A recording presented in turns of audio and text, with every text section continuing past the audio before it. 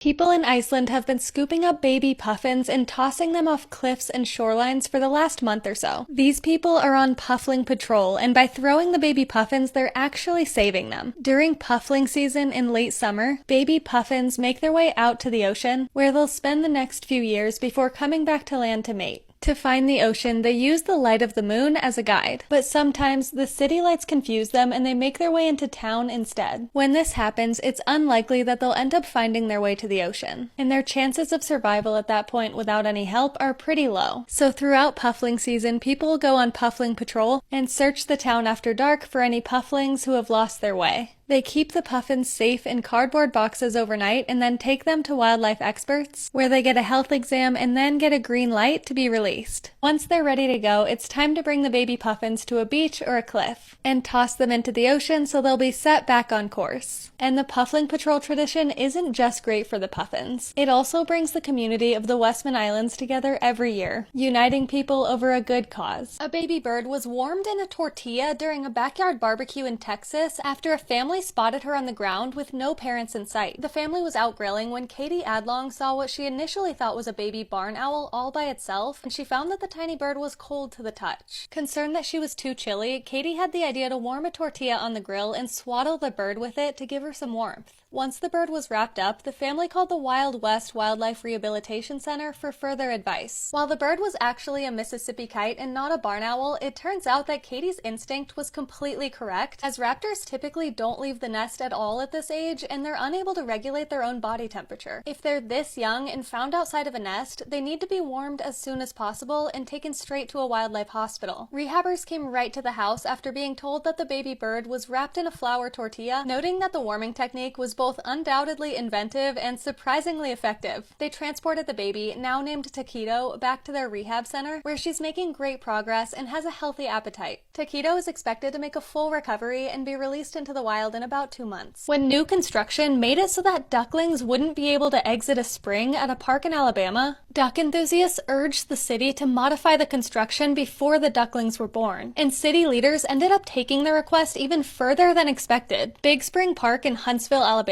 is a popular spot for duck couples looking to expand their families, and each year, duckling fans gather in the area to watch the baby ducks take their first swims. So when construction earlier this year raised the only possible exit point for ducklings by about 10 inches, it raised concerns about how this would affect local duck families. Ducklings can't fly until they're around 2.5 or 3 months old, and if they get stuck in water that they can't get out of while they're too young, they won't survive. With duckling season coming up and many mama ducks already nesting in the area, the director of waterfowl enthusiasts of Big Springs, named Catherine, knew that something needed to be done quickly. She scheduled a meeting with a city administrator to discuss the duckling dilemma, and instead of making her jump through hoops, they agreed to add large piles of rocks around the perimeter of the spring that the ducklings could climb out on. But the city actually took it a step further, and instead of just adding piles of rocks, they added 3 permanent paved duckling ramps around the spring. The ramps were successfully added before any of the ducklings hatched, and the families are all doing well. I'm Jen, and I post something positive every day.